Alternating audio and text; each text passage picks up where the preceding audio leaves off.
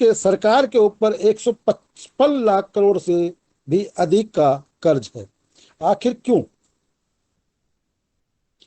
हमारा रुपया डॉलर के मुकाबले गिरता जा रहा है, और क्यों हम पर साल दर साल विदेशी कर्ज बढ़ता ही जा रहा है? क्या आप जानते हैं हम समीप यह कर्ज किस तेजी से बढ़ रहा है?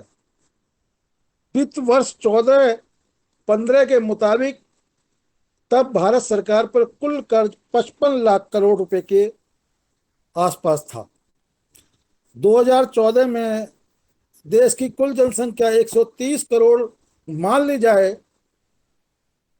तो उस समय हर भारतीय पर औसत कर्ज करीब 42,000 रुपये था। अब 2023 में भारत सरकार पर कुल कर्ज बढ़कर 155 लाख करोड़ रुपए हो गया है।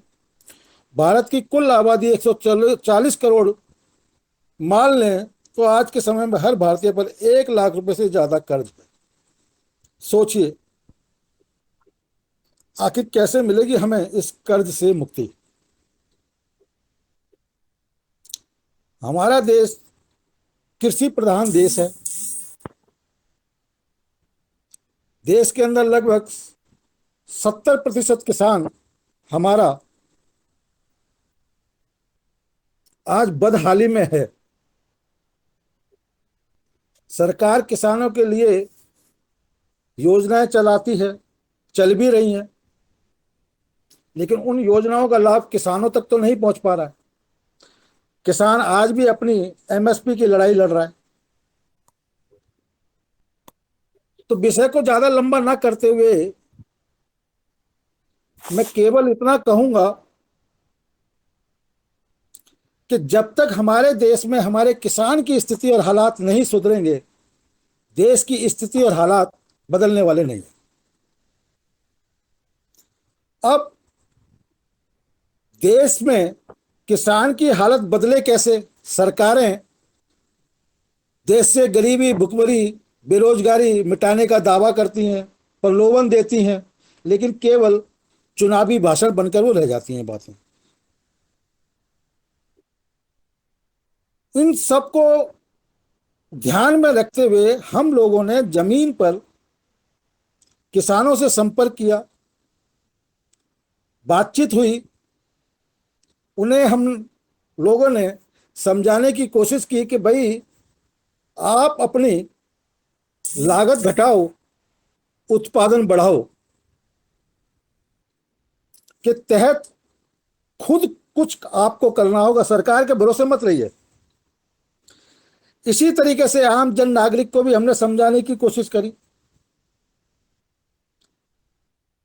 कि आप सरकारों के भरोसे हैं क्यों? आप ये क्यों सोचते हैं कि सरकार आपके लिए कुछ करे? सरकार आपके घर की रोटी रोजी की व्यवस्था क्यों करे? क्या सरकार पे केवल आप लोगों के घर की रोटी रोजी व्यवस्था करने की जिम्मेदारी है? छोड़ दो सरकार को सरकार के हालात पर, आप अपनी रोटी रोजी की व्यवस्था खुद करें। हमारा देश कृषि प्रधान देश है, आप कृषि के साथ जुड़ जाइए। किसान को सरकार की जरूरत ना पड़े अपनी फसल को बिक्री करने के लिए, और तुम्हें अपने बच्चों के भविष्य के लिए, रोजगार के लिए सरकार की जरूरत ना पड़े, एक ऐसी व्यवस्था क्यों नहीं बनाते आप लोग? बना सकते हैं हम ये व्यवस्था बड़ी ही आराम से। तो हम संपूर्ण व्यवस्था परिवर्तन संघ के बारे में 2 मिनट में आपको बता दें कि संपूर्ण व्यवस्था परिवर्तन संघ आखिर है क्या।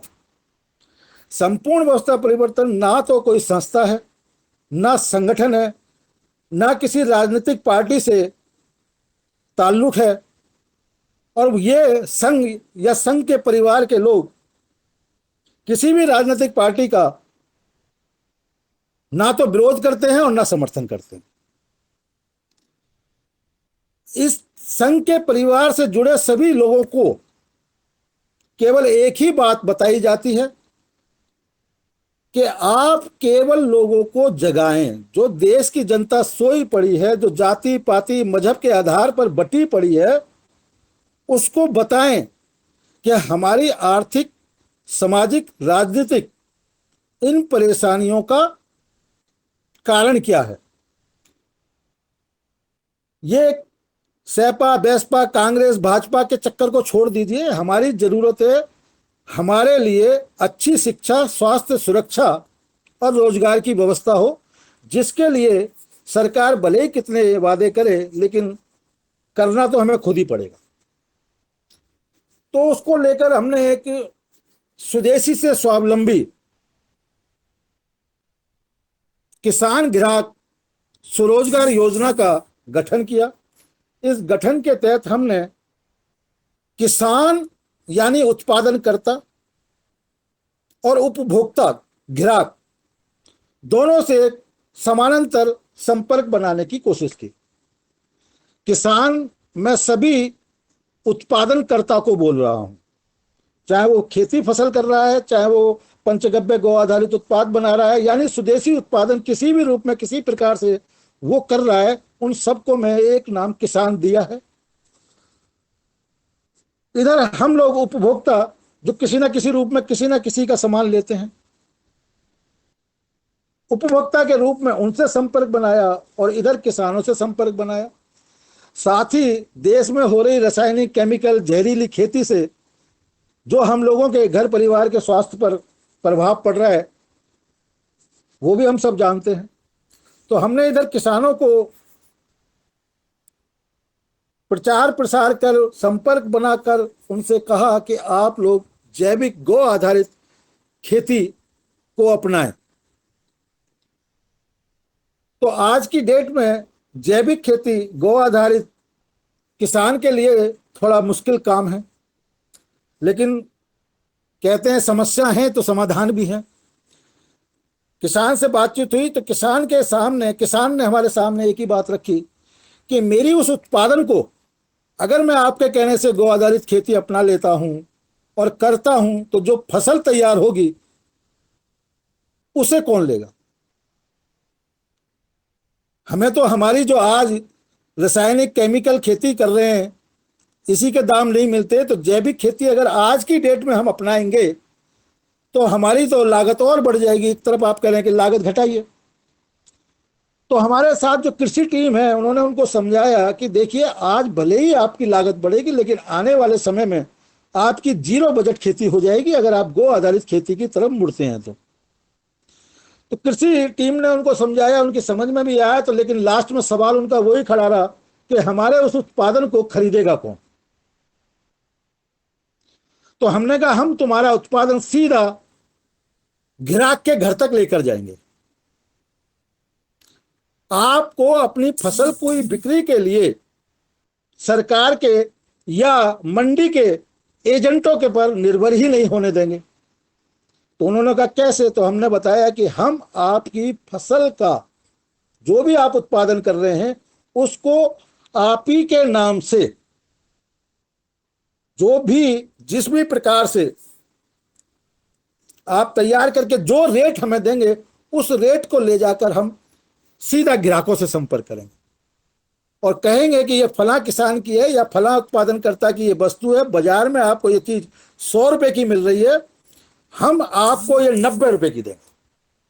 लेकिन कंडीशन एक होगी कि आपको परमानेंट हमसे ये चीज खरीदारी करनी होगी। तो उपभोक्ता को क्या चाहिए आज की डेट में? शुद्धता की गारंटी और अच्छे रेट। तो हमने उनको कहा कि अगर आप हमारे साथ जुड़कर इस अभियान के तहत कार्य करते हैं तो शुद्धता की गारंटी होगी, बाजार में मिल रहे उत्पादों पर 25 से 30% छूट आपको दी जाएगी। यानी कि उदाहरण तौर कोई चीज अगर आपको किसान की, उत्पादनकर्ता की 100 रुपए की वो चीज मिल रही है तो 70 रुपए की चीज हम आपको देंगे। लेकिन उसमें कंडीशन ये होगी कि 70 रुपए की चीज आपको, जो चीज बाजार में पहले 100 रुपए की मिल रही है, वो पहली बार आपको 100 रुपए की लेनी होगी। बचे हुए 30 रुपए आपको अगली बार जब आप खरीदारी करेंगे तो 70 रुपए की मिलेगी, वो 30 रुपए वहां एडजस्ट हो जाएंगे। साथ ही हमने एक ऐसा प्रारूप तैयार किया कि अगर इस तरीके से लोग जुड़ते हैं तो उनके घर की रोजी रोटी की भी व्यवस्था हो जाए। किसान के उत्पादन को केवल प्रचार प्रसार कर लोगों के घरों तक पहुंचाने के माध्यम से।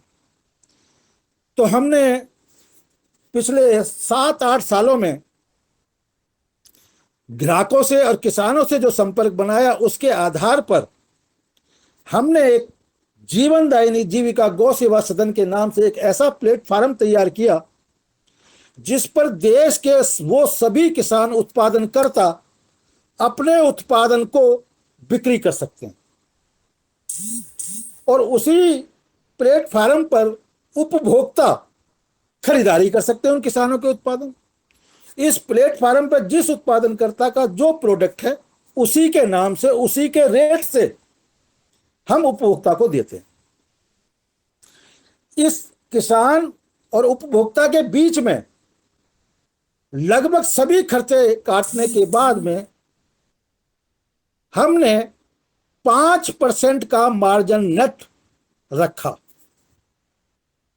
और वो 5% का मार्जिन नेट हमने उस व्यक्ति को देने के लिए रखा जो व्यक्ति किसान के उत्पादन का प्रचार प्रसार करेगा, अपने घर में इस्तेमाल करेगा और उत्पादन बढ़िया होने के बाद अपने मित्र, बंधु, भाई, पड़ोस में उस किसान के उत्पादन का प्रचार करेगा कि भाई ये बहुत अच्छा उत्पादन है, बहुत बढ़िया प्रोडक्ट है, ये भला किसान का है, मैं इसे इस्तेमाल कर रहा हूं, तुम भी इस्तेमाल करो। और उसकी इन बातों से प्रभावित होकर उसका वो भाई, वो मित्र, वो बंधु, वो पड़ोसी उस किसान का उत्पाद खरीदना शुरू कर देता है। तो उस पर होने वाला 5% का लाभ पूरी जिंदगी हमने उस व्यक्ति को देने का प्लान बनाया जिस व्यक्ति ने प्रचार प्रसार कर अपने भाई, मित्र, बंधु को इस योजना के तहत जोड़ा। और ऐसा एक प्लेटफॉर्म बनाया हमने कि केवल एक बार अगर उस व्यक्ति ने उसको जोड़ दिया और किसान के उत्पादों को उसने इस्तेमाल करना शुरू कर दिया तो वो पूरी जिंदगी इस प्लेटफॉर्म से जब जब किसान का उत्पाद खरीदेगा उसका 5% ऑटोमेटिक उस व्यक्ति के अकाउंट में चला जाएगा। तो जो उपभोक्ताओं के रूप में जो युवा थे, हमने उनको भी तैयार किया कि आप घर घर जाइए, स्वदेशी का प्रचार कीजिए और लोगों को बताइए कि हमारे जो उत्पाद हैं वो केमिकल फ्री हैं, जैविक उत्पाद हैं और सीधे किसानों से आपके घर तक पहुंचाए जा रहे हैं। इसलिए प्रोडक्ट भी सस्ते हैं और इन प्रोडक्टों की अगर आप खरीदारी करते हैं और प्रचार प्रसार करते हैं तो घर बैठे आपको इनकम भी होगी। कैसे होगी, वो एक पूरे फार्मूले के तहत हमने उस टीम को ट्रेन करके बताया। इसको प्रैक्टिकल में करने के लिए हमने 2022 में इस प्लेटफॉर्म के मध्य किसान को और ग्राहक को जोड़ने की प्लानिंग जमीन पर शुरू की और जमीन पर शुरू करने के बाद इस प्लेटफॉर्म के माध्यम से हमने लगभग 1600 लोगों को जोड़ा। 1600 लोगों को जोड़ने के बाद हमें ये उम्मीद लगी कि हमने जो ये प्लेटफॉर्म तैयार किया है ग्राहक और किसान को सीधा जोड़ने के लिए, ये हमारा कामयाब हो सकता है। लेकिन इसका अधिक से अधिक प्रचार हो, लोगों तक बात पहुंचे। तब प्रचार का माध्यम हमारे पास ना तो मीडिया है, ना हम कोई संस्था संगठन चला रहे हैं। हम आम जन भारतीय वो नागरिक हैं जो आपसी सहयोग सहकारिता के आधार पर देश में अपनी स्वतंत्र स्वदेशी गौधारित व्यवस्था स्थापित करना चाहते हैं। तो हमने उन लोगों से भी संपर्क किया जो सामाजिक कार्यकर्ता हैं, समाज में समाज के उद्धार के लिए कार्य करते रहते हैं। उसी का ये फल है कि बेने सिंह जैसे व्यक्ति से हमारी मुलाकात ऑनलाइन ही हुई। हम बेने सिंह जी को पर्सनल नहीं जानते, बेने सिंह जी हमें पर्सनल नहीं जानते, लेकिन कुटुंब ऐप पर हम सप्ताह में 3 दिन सोमवार, बुधवार, शुक्रवार अपनी इसी परियोजना को लेकर मीटिंग करते हैं। उसी मीटिंग के माध्यम से हमारी बेने सिंह जी से बातचीत हुई। बेनजीर सिंह ने 2-3 दफे वो मीटिंग अटेंड करी। 2-3 दफे मीटिंग अटेंड करने के बाद जब बेनजीर सिंह जी को हमने बताया कि ग्राहक और किसान को इस तरीके से जोड़ा जा सकता है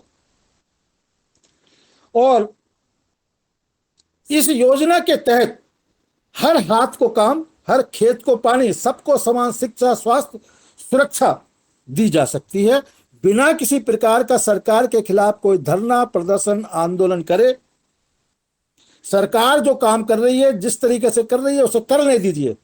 हमें सरकार से आदरणीय कुछ आपका नहीं चाहिए। आदरणीय आपका वीडियो ऑन कीजिए, सभी लोग आपका चेहरा देखना चाह रहे हैं।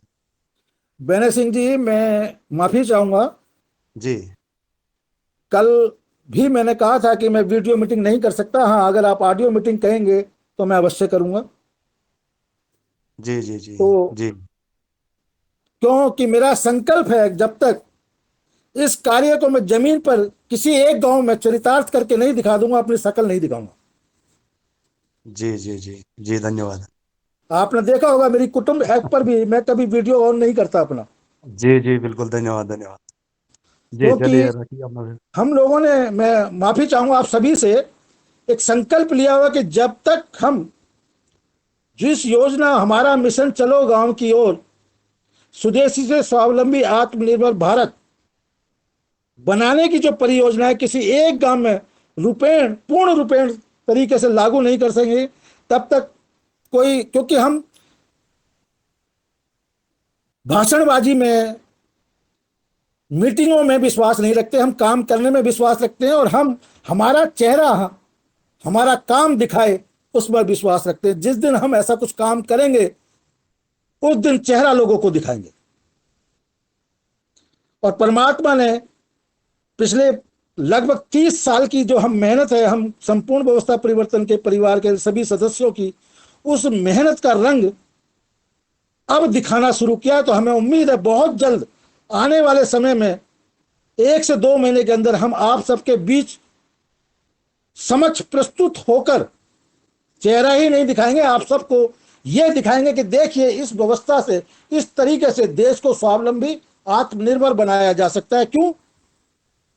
राजनीतिक पार्टियों की तरह भाषणबाजी करने का कोई शौक नहीं है। किसी भी एक गांव को जब हम दिखा देंगे कि बिना सरकार की मदद लिए आपसी सहयोग सहकारिता के आधार पर हम लोग किस तरह अपने गांवों को स्वावलंबी, आत्मनिर्भर बना सकते हैं, वो मिसाल जब दिखाने लायक हो तब हम अपना चेहरा लगाए दिखाएं लोगों को, तो हमें बड़ी खुशी होगी। और इसी संकल्प के साथ आज तक हमने ना कोई सभा करी, जबकि कम से कम 10,000 से ऊपर लोग हमारे साथ जुड़े हुए हैं इस योजना में, इस कार्य को करने में। और उन सभी का कहना है कि गुरुजी आप मीटिंग में क्यों नहीं आते, सभाएं क्यों नहीं करते। तो मैं उनको ये कहता हूं कि मेरे इन मीटिंग और सभाओं में जा जाकर बड़े बड़े लोगों के बीच 10 साल खराब हुए हैं, क्योंकि ये लोग गाल बजाते हैं, बातें करते हैं, बड़ी बड़ी काम नहीं करते। इसीलिए हमारे साथ, मैंने पहले ही कहा कि संपूर्ण व्यवस्था परिवर्तन संघ कोई संस्था, संगठन, राजनीतिक दल से जुड़ा हुआ कोई कार्य नहीं करता। संपूर्ण व्यवस्था परिवर्तन में जुड़कर कार्य करने की एक ही शर्त है कि अपने नेता स्वयं बनिए। आप किसी नेता के भरोसे मत रहिए, किसी राजनीतिक पार्टी के भरोसे मत रहिए। आपको अपने घर की व्यवस्था स्वयं खुद से चलानी होगी। उसके लिए क्या करना चाहिए, अपना बुद्धि विवेक का इस्तेमाल करके वो काम कीजिए। हम कृषि प्रधान देश में रहते हैं, हमारे देश में 70% किसान हैं। अपना नेता उसे बना लीजिए और उसके नेता आप बन जाइए। इन राजनीतिक पार्टियों की कोई जरूरत नहीं है हमें, इन्हें हमारी जरूरत है। लेकिन कालातीत में, जैसा कि मैंने शुरू में बताया कि 1947 में 1 रुपया हमारा $1 के बराबर था, तो ऐसा क्या हुआ कि आज हमारा 82 रुपया $1 के बराबर है। तो चर्चा बहुत लंबी हो जाएगी, उन विषय पर न जाते हुए मैं अपनी फिर से उसी पे आता हूं कि कैसे किसान और ग्राहक को जोड़ा जा सकता है और घर घर में स्वदेशी उत्पादों को पहुंचाया जा सकता है। तो इसके लिए हमने किसानों से, किसानों के उत्पादों को खरीदना शुरू किया और इधर उपभोक्ताओं के घर पहुंचाना शुरू किया। तो पूरे देश में ऐसी व्यवस्था हो। स्वदेशी का मैं 1 मिनट में आपको बता दूं कि स्वदेशी का अर्थ लोगों को जो मालूम है वो गलत है। पतंजलि को सब लोग स्वदेशी मानते हैं, लेकिन हम पतंजलि को स्वदेशी नहीं मानते। पतंजलि स्वदेशी नहीं है, पतंजलि देसी है, हमारे देश की है, लेकिन स्वदेशी नहीं है। स्वदेशी का सही मायने में अर्थ होता है कि जिस क्षेत्र में उत्पादन हो रहा है उसी क्षेत्र में उसका उपभोग हो जाए, वो है स्वदेशी। अगर दिल्ली में कोई हमारा भाई स्वदेशी उत्पादन कर रहा है और उसका उपभोग उत्तर प्रदेश में, मध्य प्रदेश में, राजस्थान में, गुजरात में हो रहा है, तो वो स्वदेशी नहीं है, वो है देसी। और हमें इस व्यवस्था के तहत स्वदेशी लोगों के घरों में पहुंचाना है। तो स्वदेशी का मतलब है कि इस परियोजना के तहत आगे जो जो हमने व्यवस्था तैयार कर रखी है वो भी समय समय पर बताई जाएगी। स्वदेशी का हमारा मतलब है कि हम राज्य, जिले, तहसील स्तर पर इस व्यवस्था को बनाएं कि राज्य, जिले, तहसील स्तर पर जो उत्पादन हो वही उपभोग हो जाए। यानी कि उस राज्य, जिले, तहसील स्तर पर उत्पादनकर्ताओं के उत्पाद उसी राज्य, जिले, तहसील स्तर पर उपभोक्ताओं को पहुंचा दिए जाएं उनके घर। इससे ट्रांसपोर्ट में लगने वाला पैसा बचेगा, किसान का सामान उसके घर से बिकेगा, किसान को अपना उत्पाद बेचने के लिए मंडी नहीं जाना पड़ेगा। इस व्यवस्था के तहत जो हमने, लेकिन अभी ना तो हमारे साथ इतने लोग जुड़े हुए हैं और ना ही हम इस व्यवस्था को सुचारू रूप से पूरे देश में लागू कर सकते हैं। सरकार है नहीं। हाँ, अगर सरकार चाहे तो इस व्यवस्था को पूरे देश में लागू करके मात्र 4 से 6 महीने के अंदर देश में स्वतंत्र स्वदेशी गौ आधारित व्यवस्था लागू कर सकती है। लेकिन जैसा कि मैंने शुरू में कहा कि सरकारों के भरोसे रहेंगे तो ना तो 75 साल में कुछ बदला है, ना आगे 75 साल में कुछ बदलेगा। केवल सरकारें बदलेंगी। कभी कांग्रेस का राज आएगा, कभी भाजपा का राज आएगा, कभी सपा का राज आएगा, तो कभी बसपा का राज आएगा। तो हम राहुल, माया, ममता, मोदी के चक्कर में न पड़कर अपने घर की व्यवस्था स्वयं कैसे बनाएं, उस पर कार्य करें। तो राज भाजपा का रहे या कांग्रेस का रहे, हमें कोई फर्क नहीं पड़ता। हमें इन सरकारों से किस प्रकार, किस तरह से अपने फेवर में, अपने हक में काम कराना है, वो तभी संभव है जब हम संयुक्त रूप से जो देश के आम नागरिक की जरूरत है उसकी डिमांड इनसे करेंगे। वो हम करते नहीं है। हम तो जाति पाति मजहब के आधार पर मुद्दों को बनाकर उन मुद्दों में उलझे हुए हैं। जब तक हम लोग व्यक्तित्व को देखकर वोट नहीं देंगे तब तक देश के हालात नहीं बदलने वाले। आप सत्ता में उन दबंगई, उन बाहुबली पैसे वालों को बेचते हैं तो वो सत्ता पाने के बाद में बाहुबली दबंगई पहले से ही है, तो कानून भी अपने मन मुताबिक ही बनाएंगे। तो इस देश के आम नागरिक को कानून कहां से मिलेगा? तो अभी हम लोगों का ना तो सामर्थ्य है कि हम इस पचड़े में फंसे। अभी हम लोगों का सामर्थ्य है कि अगर हम उपभोक्ता और उत्पादनकर्ता के रूप पर किसान और ग्राहक दोनों आपस में जुड़ जाएं तो हमें सरकार की जरूरत ही नहीं है। क्योंकि इस व्यवस्था का जो प्रारूप हम लोगों ने तैयार किया है वो इस प्रकार से है कि राज्य में या केंद्र में सरकार किसी की भी रहे, भले किसी की रहे, वो हमारी इस योजना में सहायक ही होगी। और चाहते हुए या ना चाहते हुए से हम लोगों की मदद करनी होगी। लेकिन एक, जैसे हमारे यूपी में एक बहुत पुरानी कहावत है कि जब तक बेटा रोता नहीं मां भी दूध नहीं पिलाती। तो हम सही दिशा में रो नहीं रहे हैं। हम रो रहे हैं देश में गरीबी है, भुखमरी है, बेरोजगारी है। हम कहते हैं देश में गरीबी नहीं है, देश में भुखमरी नहीं है, देश में बेरोजगारी नहीं है। देश में गरीबी, भुखमरी, बेरोजगारी तुम लोगों ने स्वयं से खुद पैदा की हुई है। क्योंकि तुम खुद कुछ नहीं करना चाहते। तुम चाहते हो कि तुम्हारे लिए जो कार्य करे वो सरकार करे। तो सरकार तुम्हारे लिए या तुम्हारे नेता, ये संस्था संगठन वाले क्यों काम करेंगे भाई?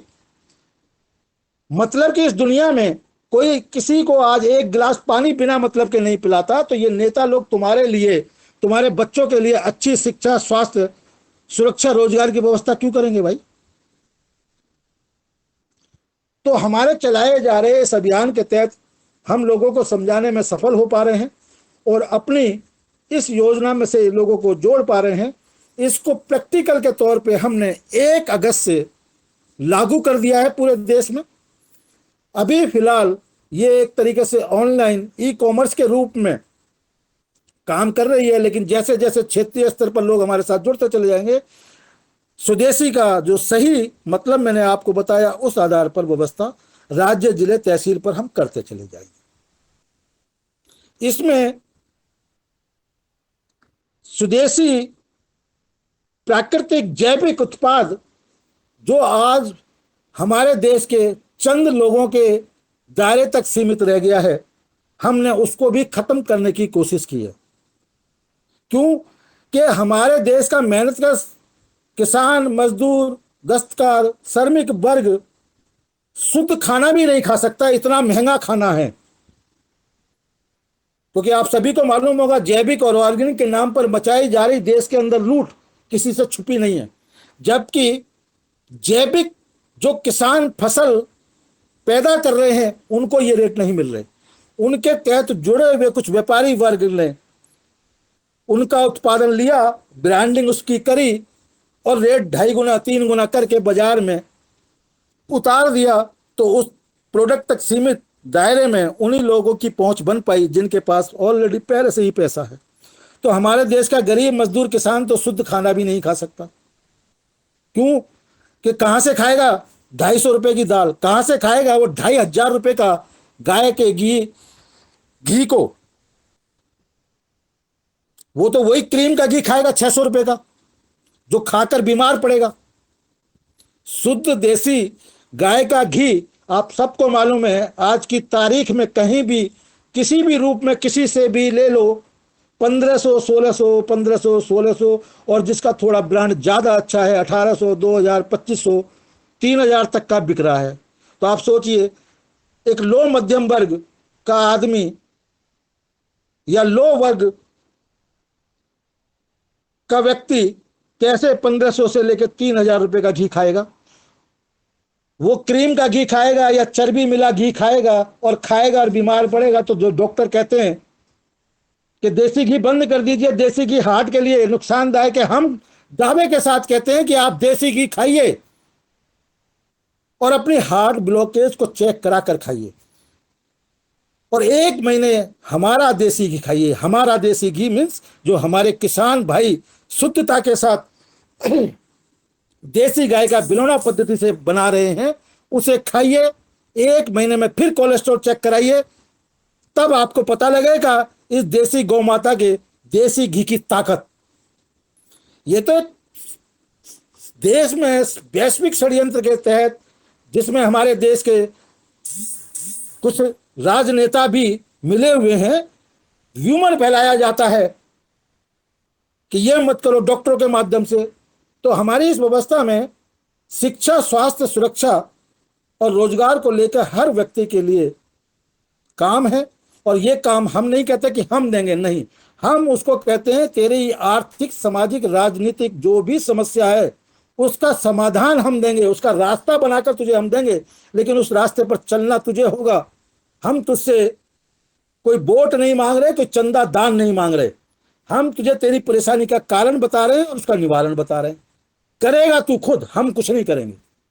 इसके आधार पर अगर तू हमारे साथ जुड़कर काम करना चाहता है तो हम जो कार्य कर रहे हैं, साल से 6 महीने के अंदर तेरे बच्चे की शिक्षा, स्वास्थ्य और रोजगार की गारंटी ये संपूर्ण व्यवस्था परिवर्तन संघ लेगा। क्यों कि संपूर्ण व्यवस्था परिवर्तन से एक पारिवारिक है, कोई संस्था संगठन नहीं है। और परिवार में जितने लोग होते हैं, इंडिविजुअल भी आप लगा लीजिए, अगर एक परिवार में 6 लोग हैं तो जो कुछ बनता है वो सभी समान रूप से खाते हैं, लेकिन कर्म के आधार पर।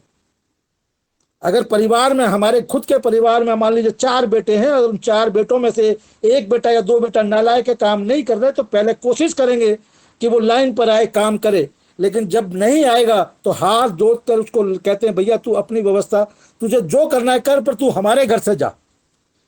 इसी के तहत संपूर्ण व्यवस्था परिवर्तन का गठन किया गया है कि इसमें जुड़कर कार्य करने वाले सभी एक परिवार के सदस्य हैं।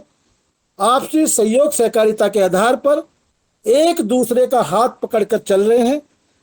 जो नहीं चलना चाहता भाई तू जा मौज कर, जो करना है करता रहे, हमें डिस्टर्ब मत कर, हमें अपनी व्यवस्था स्वयं बनानी है, हम उस पर चल रहे हैं। तो आप लोगों का ज्यादा समय ना लेते हुए मैं फिर कहूंगा कि आप संस्था संगठन इन राजनीतिक पार्टियों के जाल से बाहर निकलिए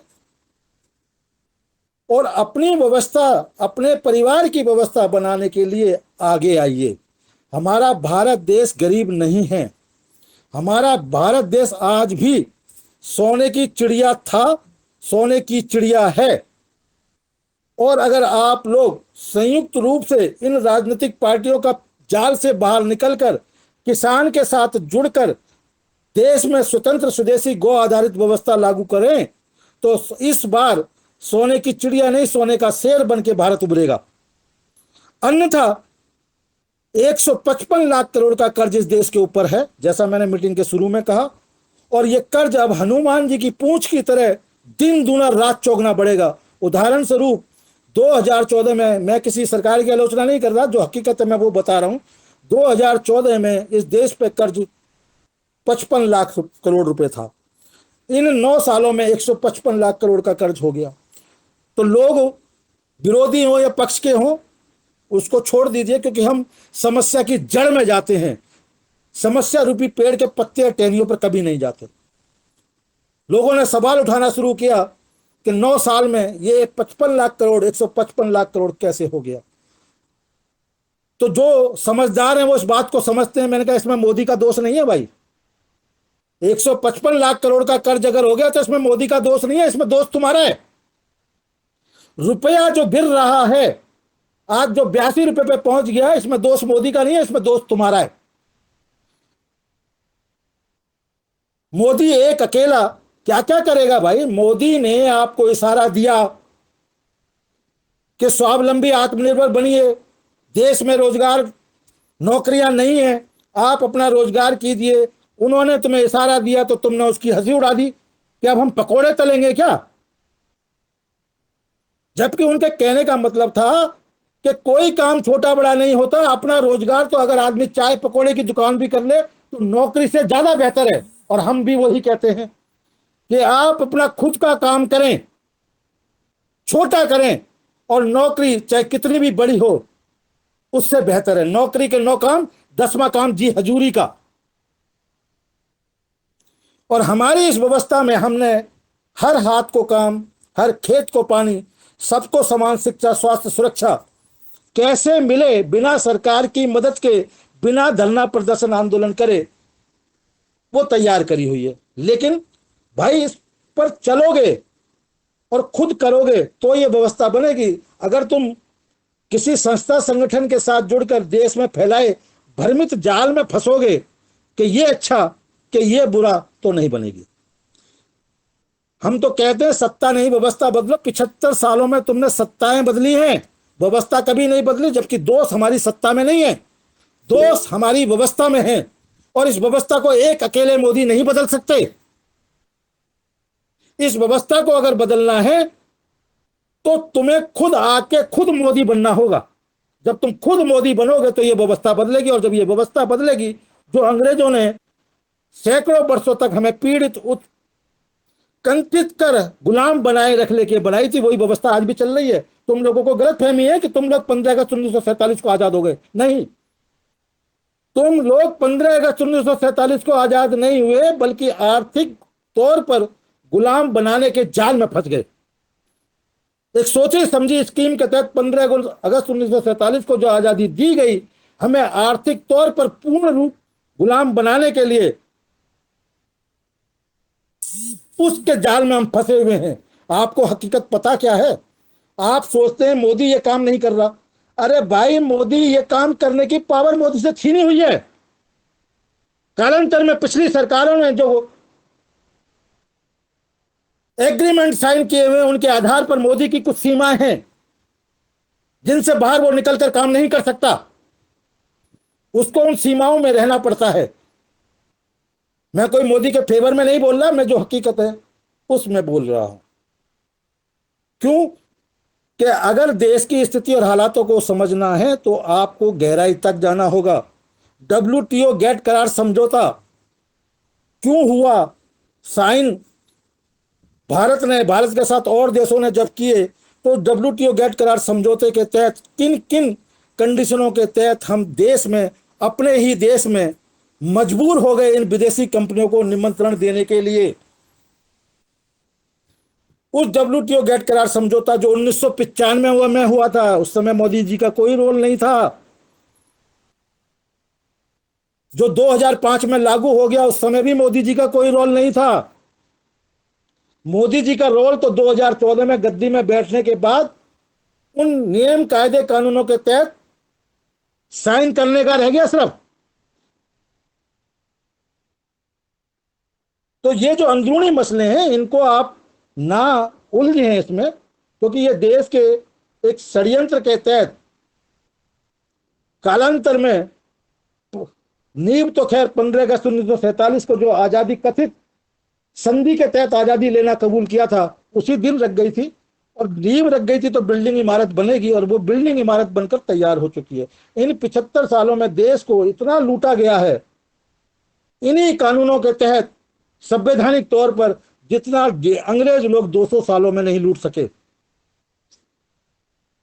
तो इस पर चर्चा न करते हुए हमारी चर्चा है कि हम अपने देश में अपनी स्वतंत्र स्वदेशी गौ आधारित व्यवस्था कैसे लागू करें। उसके लिए हमें किसान से जुड़ना पड़ेगा। किसान से जुड़ने के लिए हमें अपने गांव की ओर चलना पड़ेगा। इसीलिए इस मिशन को हमने नाम दिया है, हमारा मिशन चलो गांव की ओर। स्वदेशी से स्वावलंबी आत्मनिर्भर भारत बनाना है तो हमें किसान को बचाना होगा, और अगर किसान को हम बचाएंगे तो ये देश बचेगा। किसान को बचाना है, देश को बचाना है, तो सबसे पहले हमें गाय को बचाना होगा। गाय बचेगी तो गांव बचेंगे, गांव बचेंगे तो किसान बचेगा, अन्यथा आर्थिक तौर पर पूरी तरीके से हम गुलाम हो चुके हैं। 9 साल के अंदर 55 लाख का कर्ज 155 लाख हो गया, और आगे आने वाले 2 से 3 साल में ये 155 लाख करोड़ 250 लाख का होगा। और आने वाले समय में मोदी जी फिर 5 साल के लिए आ रहे हैं, तो ये 155 लाख करोड़ का कर्जा 250 लाख का करोड़ का कर्जा हो जाएगा। तो फिर मूर्ख टाइप के लोग कहेंगे कि 155 लाख करोड़ कर्जा का 250 लाख करोड़ कर्जा कैसे हो गया। इतना कर्जा पिछले 50 सालों में नहीं हुआ जितना मोदी जी ने 9 साल में कर दिया।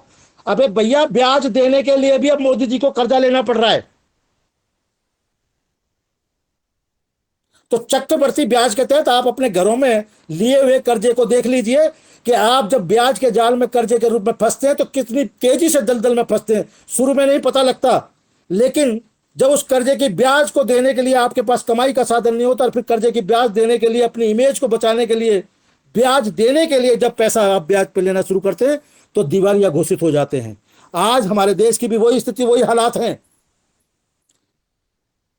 कालांतर में लिए कर्ज को, उसकी ब्याज को चुकाने के लिए हमें विदेशों से कर्ज लेना पड़ रहा है, और हमें विदेशों से कर्ज ना लेना पड़े, उन विदेशी दस्तावेजों पर ना अमल करना पड़े, उसके लिए सरकार कुछ नहीं कर सकती। इस देश की आम जनता को करना होगा जो भी करना होगा, क्यों कि बात है उन नियम कायदे कानून WTO गेट करार समझौते के तहत सरकार है, हम नहीं है। हम भारतवासी नहीं है। हम नहीं लेंगे किसी विदेशी कंपनी का सामान। हम जो खरीदेंगे अपने स्वदेशी भाइयों का खरीदेंगे। अच्छा है तो, खराब है तो, अगर खराब है तो उसे अच्छा बनवाएंगे, और अच्छा है तो उसका उत्पादन बिक्री कराएंगे।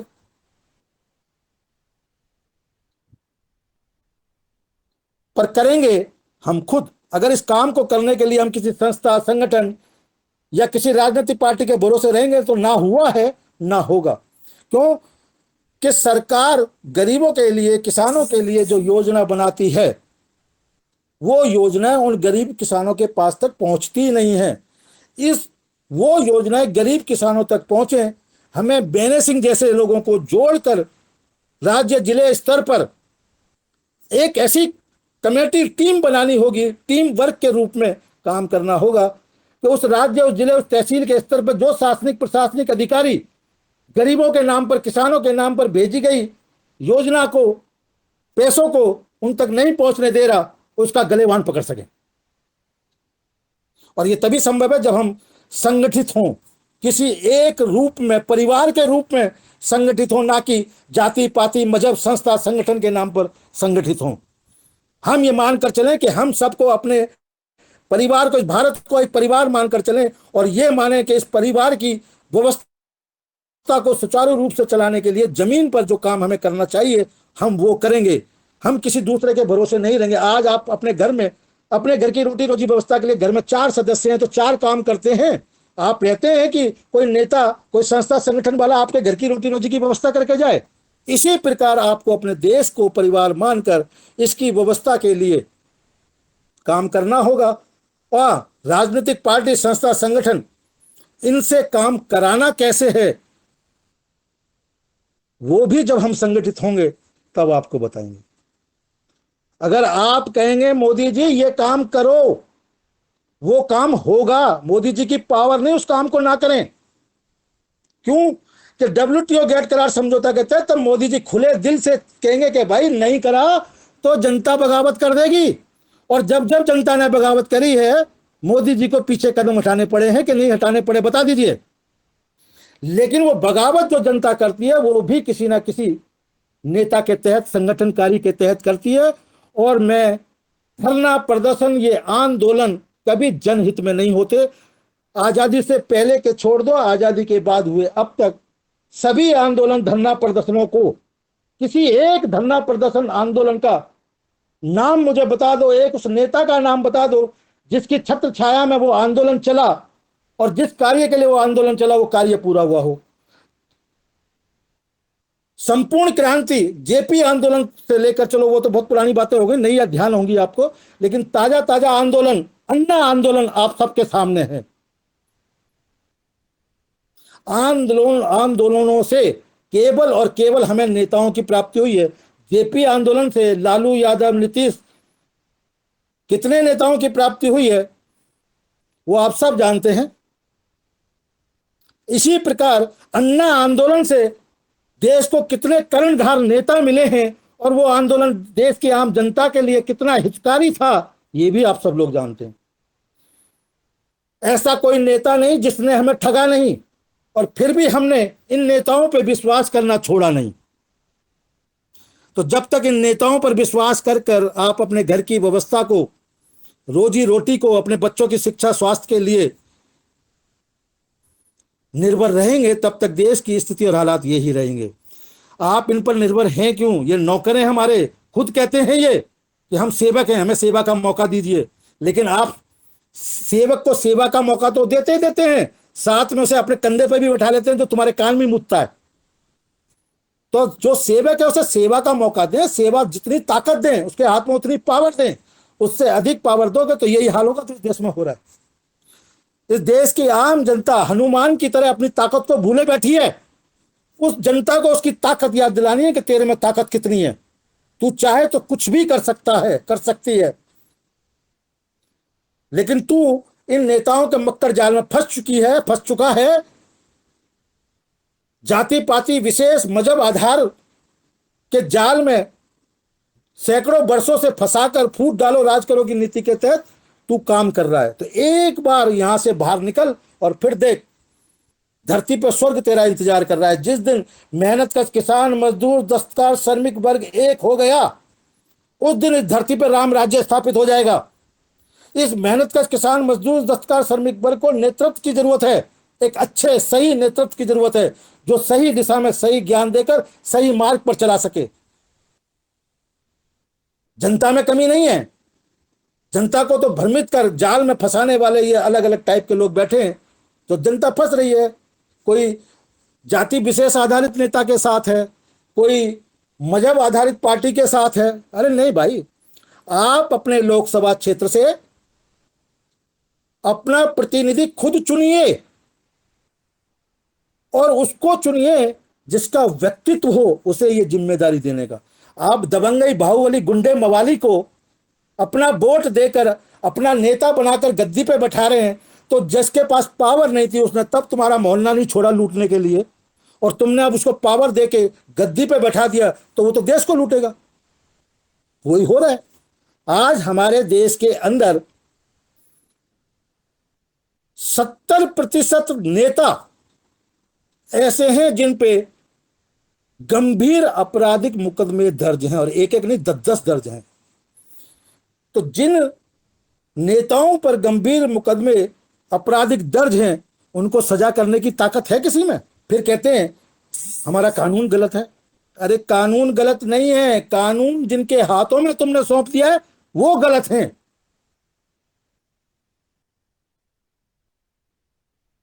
चोर को कोतवाल बनाकर तुमने बैठा दिया है, वो कभी आम जन, गरीब, मजदूर, नागरिक के साथ न्याय नहीं करेगा। और यही कारण है कि हमारे देश में आम मजलूम गरीब मजदूर को न्याय नहीं मिलता, केवल उसको सजा मिलती है। और जितने ये अमीर हैं, न्याय मिलता है इनको। क्यों? कि कितना भी बड़ा ये जुर्म कर लें, इनको कभी सजा नहीं होती। आज 10,000 रुपए का कोई लोन आम किसान मजदूर ना दे सके, देखिए बैंक वाले और बैंक वालों के रखे वो एजेंट किस तरीके से उसको बेइज्जत करते हैं, मजबूर करते हैं कि उसे आत्महत्या करनी पड़ती है। और ये अमीर लोग डंके की चोट पे हजार हजार करोड़ का एनपीए लगा करा लेते हैं, ला माफ हो जाता है इनका कर्जा। और सबसे बड़ी बात, अगर आज इस व्यवस्था में कोई आम आदमी 10,000 रुपए का डिफॉल्टर हो जाए, लोन ना दे पाए, तो भविष्य में जिंदगी में उसे कभी लोन नहीं मिलता। और ये हजार हजार करोड़ का घपला कर डकार तक नहीं लेते, और इनको फिर दोबारा से कंपनी खड़ी करने के लिए हजारों करोड़ का लोन मिल जाता है। तो कैसे? जो देश में सोचने वाली स्थितियां हैं, जो गंभीर मुद्दे हैं, उन पर विचार करो। और जनता से हम यही कहना चाहते हैं कि अपने नेता से सवाल करो। हमारे देश में गरीबी, भुखमरी, बेरोजगारी है नहीं, तो हमारा देश 121 देशों की सूची में 107वें नंबर पे कैसे है? मुझे ये बताओ। और मैं अपनी माड़ी को विराम देते हुए, अपनी सभा को समाप्त करते हुए आपको आखिर में इतना ही बताऊंगा कि हमारा देश इतना गरीब है कि हमारे देश के जमा विदेशी बैंकों में पैसे से पश्चिमी यूरोपीय देशों की अर्थव्यवस्था चलती है। अगर हमारा देश भारत विदेशी बैंकों में जमा अपना पैसा ही रिटर्न ले आए, तो भारत का प्रत्येक नागरिक, जो मोदी जी ने 15 लाख का कहा था, मैं कहता हूं 30-30 लाख रुपए मिलेगा भारतीय प्रत्येक परिवार को। और विदेशी कर्ज या भारत पर जो 155 लाख करोड़ का कर्ज है, वो चुटकियों में साफ हो जाएगा। एक चुटकी में कर्ज साफ हो जाएगा, और भारतीय प्रत्येक परिवार को, नागरिक को नहीं, भारतीय प्रत्येक परिवार को 30-30 लाख रुपए मिलेगा। इतना पैसा विदेशी बैंकों में जमा है। अब सवाल आता है कि मोदी जी ने 2014 में जो 15-15 लाख रुपए सब भारतीय परिवारों को देने के लिए कहा, और बाद में वो जुमला साबित क्यों हो गया? यही है कि जब तक व्यक्ति उस गद्दी पे नहीं बैठता, तब तक शेर है। इस देश के हित में काम करने वाला व्यक्ति शेर है। लेकिन अगर उस शेर को आप उस गद्दी पे बैठा देंगे, तो रहेगा तो वो शेर ही, लेकिन उसके दांत उखाड़ लिए जाते हैं। और जिस शेर के दांत और पंजे उखाड़ लिए गए हों, वो शेर तो फिर एक डमी रह जाता है। तो अगर आप चाहते हैं देश में अपनी स्वतंत्र स्वदेशी गौ आधारित व्यवस्था लागू कर देश को फिर से सोने की चिड़िया नहीं शेर बनाना, तो किसान के साथ जुड़ जाइए। दूसरा अन्य कोई रास्ता नहीं है। किसान को ये कोरोना, लॉकडाउन, ये सब केवल और केवल किसान को बर्बाद करने के लिए, देश की अर्थव्यवस्था, देश के छोटे मोटे व्यापारियों को बर्बाद करने के लिए हमारे ही देश में नहीं, सभी देशों में षड्यंत्र के तहत लाया गया था। कोरोना कोई बीमारी नहीं थी, हमने तब भी लोगों को समझाया था, पर लोगों ने तब गालियां हमें दी। कोई बात नहीं, देते रहो भैया। आज से 20 साल पहले, 25 साल पहले जब हम कहते हैं कि देश में एक ऐसी व्यवस्था, विश्व व्यवस्था आने वाली है जिसे न्यू वर्ल्ड ऑर्डर के नाम से जाना जाएगा, तो लोग कहते थे बड़ी हवाई बातें करते हो तुम। अच्छा भाई ठीक है, लेकिन हम शुक्रगुजार हैं मोदी जी के कि कम से कम उन्होंने देश की जनता को यह सोचने पर मजबूर तो किया कि हाँ, ये जो क्रांतिकारी लोग कहते फिर रहे हैं कि देश में एक वैश्विक षड्यंत्र के तहत विश्व व्यवस्था लागू होगी, वो सच थी। और ये लोग तो पिछले 25 साल से 30 साल से कहते आ रहे हैं इस बात को। राजीव दीक्षित कहते कहते मर गया। तो इसका मतलब ये सच थे। उसका आभार करते हैं मोदी जी को, क्योंकि मोदी जी ने अगर 3 बार इस न्यू वर्ल्ड ऑर्डर का नाम ना लिया होता लाल किले से और संसद में, तो लोगों के कान ना खड़े हुए होते न्यू वर्ल्ड ऑर्डर क्या है। मैं फिर एक बार कहूंगा कि मोदी जी देश की आम जनता को समय समय पर आगाह कर रहे हैं, और वो बताने की कोशिश कर रहे हैं कि मैं कुछ नहीं कर सकता। भले मैं शेर हूं, मुझे शेर की ताकत है, लेकिन मेरे दांत और पंजे इस गद्दी पे बैठने वालों ने उखाड़ के फेंके हुए हैं। खुलकर नहीं बता सकते, हम बता रहे हैं आपको। मोदी जी को छोड़िए, अगर आप इस अंग्रेजी व्यवस्था, ब्रिटिश साम्राज्य पूंजीवादी व्यवस्था के रहते हुए प्रभु श्री राम को भी उस गद्दी पर बैठा देंगे तो उनका भी हाल वही होगा। इसलिए सत्ता परिवर्तन की मत सोचिए। ये विपक्ष गठबंधन बना ले, चाहे सारा विपक्ष एक हो जाए, गद्दी पे बैठ जाए, हालात और बद से बदतर होंगे। क्यों? कि सत्ता की पावर ही नहीं है कि वो देश की आम जनता के लिए, मजदूर किसान के लिए, देश के लिए कुछ कर सके।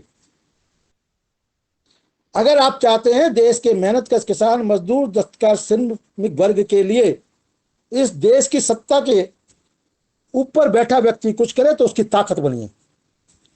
क्योंकि जिस दिन आप जान गए कि हम जो गुलाम हैं, हमारे जो ये हालात हैं WTO गेट करार समझौता के तहत हैं, उस दिन आप अपने नेता की मजबूरी भी जान जाएंगे। ऐसे नहीं है सभी नेता भ्रष्ट हैं, ना। मानते हैं कि आज देश की राजनीति में 70% बाहुबली नेता दबंगई के रूप में गुंडे मवाली बैठे हुए हैं, लेकिन वो 30% वो उनके तहत कुछ कर नहीं सकते चाह कर भी। क्यों?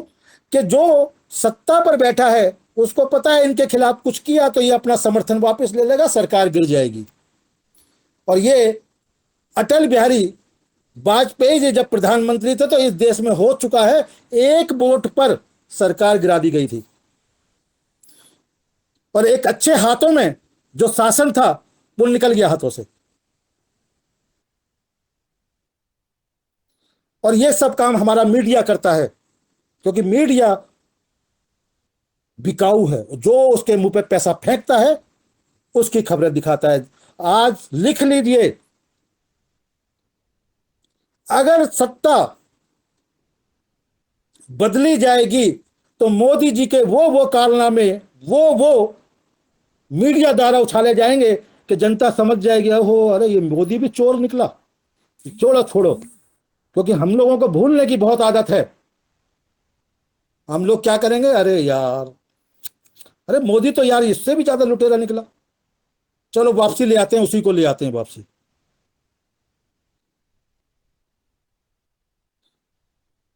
तो ये मैंने अपनी बात इस मीटिंग के दरमियान इसलिए बोला कि सत्ता नहीं, व्यवस्था बदलो। सत्ता को चलने दो जैसी चल रही है। सत्ता में दोष नहीं है, दोष व्यवस्था में है। तो दोष जहां है उसे बदलने की सोचो। और जिस दिन आपने ये व्यवस्था बदल दी, उस दिन इस देश में, इस धरती पर स्वर्ग उतर जाएगा। क्योंकि भारत देश इतना अमीर है, भारत में कोई गरीबी भुखमरी आज भी नहीं है, लेकिन इन शासनिक प्रशासनिक अधिकारियों के तहत हर महीने आज भी करोड़ों रुपए की, अरबों रुपए की राजस्व की चोरी, लूट जारी है, जिसे हमारे राजनेता जानते हैं, हर जांच एजेंसी जानती है, लेकिन फिर भी उसे रोक नहीं सकती। क्योंकि हमारे देश में संविधान से भी बड़े कुछ ऐसे लोग हैं जिनके खिलाफ किसी भी प्रकार, किसी भी रूप में, किसी भी तरीके से आप किसी भी प्रकार की कोई कार्रवाई नहीं करा सकते, चाहे आपके पास कितने ही बड़े साक्ष्य सबूत क्यों ना हो। व्यवस्था ऐसी है। तो सोचिए, और अगर आप अपनी स्वतंत्र स्वदेशी गौ आधारित व्यवस्था के तहत सहयोग सहकारिता के आधार पर कार्य करने के इच्छुक हैं तो बेने सिंह जी से संपर्क कीजिए। ये आपको डिटेल में वो सभी विस्तार से समझा देंगे। या कुटुंब ऐप्स पर सप्ताह में हो रही 3 दिन हमारी मीटिंग को ज्वाइन कीजिए। 3 मीटिंग ज्वाइन कर लीजिए, आपके दिमाग से मोदी, राहुल, माया, ममता, भाजपा, कांग्रेस, सेपा संस्था संगठनों का भूत उतर जाएगा। दावा करते हैं, गारंटी देता हूं। जय हिंद, जय सुभाष, जय भारत। नमस्कार। आदरणीय, वो घी के बारे में बता दीजिए थोड़ा सा। अपन 600 रुपए किलो में घी कैसे उपलब्ध कराएंगे, वो विषय आप लोगों ने बताया नहीं जी। देखिए वो विषय मैंने अपनी उसके लिए तो मुझे अपनी वो पूरी योजना ग्राहक और किसान को जोड़ने वाली बतानी पड़ेगी कि स्वदेशी घरों घरों में कैसे नहीं पहुंच पा रहा। स्वदेशी घर घर में अगर पहुंचाना है तो स्वदेशी उत्पादों को जो ब्रांडिंग करके इतना महंगा कर दिया गया है, मैंने बताया ना, घी 3,000 रुपये का बिकता है, 1,800 रुपये का बिकता है। उसी घी को इस सहयोग सहकारिता के आधार पर आप लोगों को जानकारी दे दें। बैनर सिंह जी ने जैसा कहा कि हम मात्र 299 रुपये में, मात्र 299 रुपये में 500 ml का घी घर घर पहुंचा रहे हैं और शुद्धता की गारंटी के साथ पहुंचा रहे हैं कि अगर आप इसको साबित कर दें कि ये बिलोना पद्धति से बना हुआ घी नहीं है, देसी गाय का घी नहीं है, ये क्रीम का घी है, तो 10,000 रुपये इनाम भी देंगे। इस घी की तुलना आप बाजार में मिल रहे देसी घी से मत करना। इस घी की तुलना जो 3,000 रुपये का घी मिल रहा है बाजार में, जो 2,000 रुपये का घी मिल रहा है, उससे करना। उससे 21 ना निकले तो ये 299 रुपये भी नहीं लेंगे आपसे। वो तो जब ये उस व्यवस्था के तहत आपसी सहयोग सहकारी के साथ जुड़कर कार्य करना चाहेंगे तो बैनर सिंह जी समझाएंगे। उसको डिटेल में बताने के लिए मैं 1 घंटा इन लोगों का खराब करूं तो मैं तो ठीक नहीं समझता। लेकिन देश के हालात और स्थिति, जिम्मेदार कौन है, वो मैंने इनको बता दिया। देश की स्थिति और हालात जो भी आज वर्तमान में है, उसके लिए जिम्मेदार हमारी सत्ता नहीं है, उसके लिए जिम्मेदार हम खुद हैं।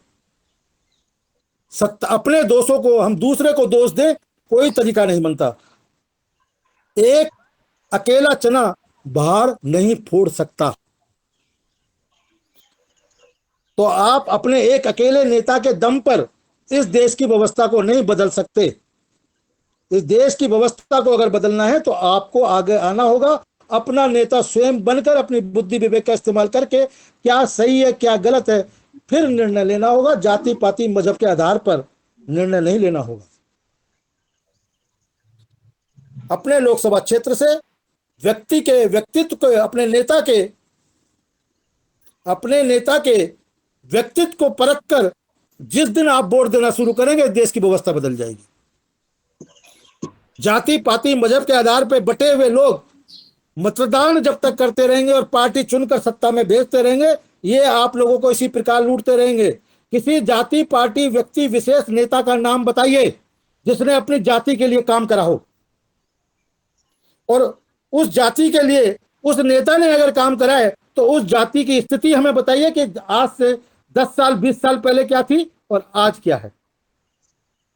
कि जी ये फर्क पड़ा है तो मान जाएंगे कि हम गलत हैं, आप सही हैं। तो जो, अरे आप लोगों को हो क्या गया है, घर में तुम्हारा सगा भाई तुम्हारे लिए कुछ ना करे तो तुम उससे लड़ पड़ते हो, और ये जाति के आधार पर जो नेता जिसे तुम जानते तक नहीं, केवल तुम्हारी जाति का है, तुम्हें लूट रहा है, उसके लिए तुम झंडा और डंडा लेके गली गली घूमते क्यों भाई? क्या मिलता है तुम्हें? किस जाति के नेता ने अपनी जाति का उद्धार करा है? उस एक किसी नेता का नाम बताओ। खाली कागजों में, भाषणबाजी में, सीधे रास्ते पर ना चलाकर उल्टे रास्ते पे ही चलाया है। अगर ये नेता हमें सही मार्गदर्शन दें तो ये जाति पाति मजहब की दीवार एक दिन में गिर जाएगी। ये जाति पाति मजहब की दीवार इन लोगों ने खड़ी की हुई है, हमने नहीं करी। मैं जिस मोहल्ले में रहता हूं उसमें बनिया भी रहता है, ब्राह्मण भी रहता है, छत्री भी रहता है, शूद्र भी रहता है। इतनी दुश्मनाई नहीं है जितनी दुश्मनाई दिखाई जाती है। तो ये प्रायोजित है भाई। ये जाति पाति मजहब के राज्यों में जो दंगे होते हैं वो प्रायोजित होते हैं, कराए जाते हैं, अपने आप नहीं होते। कराता कौन है? ये आप समझदार हैं, जिसे फायदा होता है। तो आपको इस देश की स्थिति और हालात को छोड़ दीजिए। आप अपनी सोच रखकर अपनी स्थिति हालातों को बदलने के लिए आगे आइए। आपकी स्थिति बदलेगी, देश की स्थिति और हालात अपने आप बदल जाएगी। लेकिन आप तो जो काम कर रहे हैं इस देश के नेताओं के लिए, इन देश की पार्टियों के लिए हम काम कर रहे हैं, अपने लिए नहीं कर रहे। जय हिंद।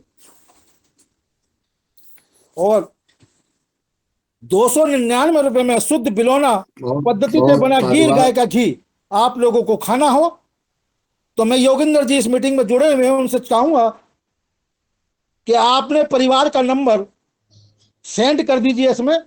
जो लोग जुड़ना चाहेंगे वो संपर्क कर सकते हैं, हमसे फोन पर बात कर सकते हैं।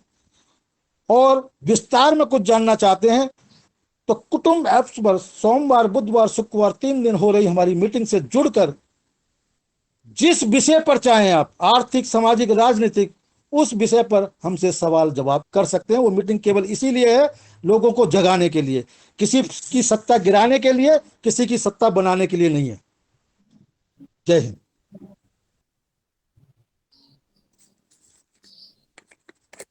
बहुत बहुत शाहिदबाद आदरणीय आज के हमारे चीफ गेस्ट महोदय।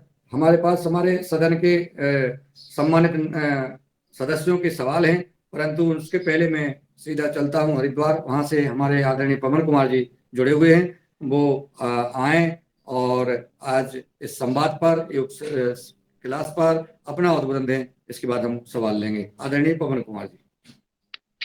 जी नमस्कार सभी को। और बहुत सुंदर आज की हमारी व्याख्यान जो रहा हमारा संपूर्ण व्यवस्था परिवर्तन के ऊपर। तो मुझे एक वाकया बिल्कुल ध्यान आता है कि 2014 के बारे में जिक्र हुआ है।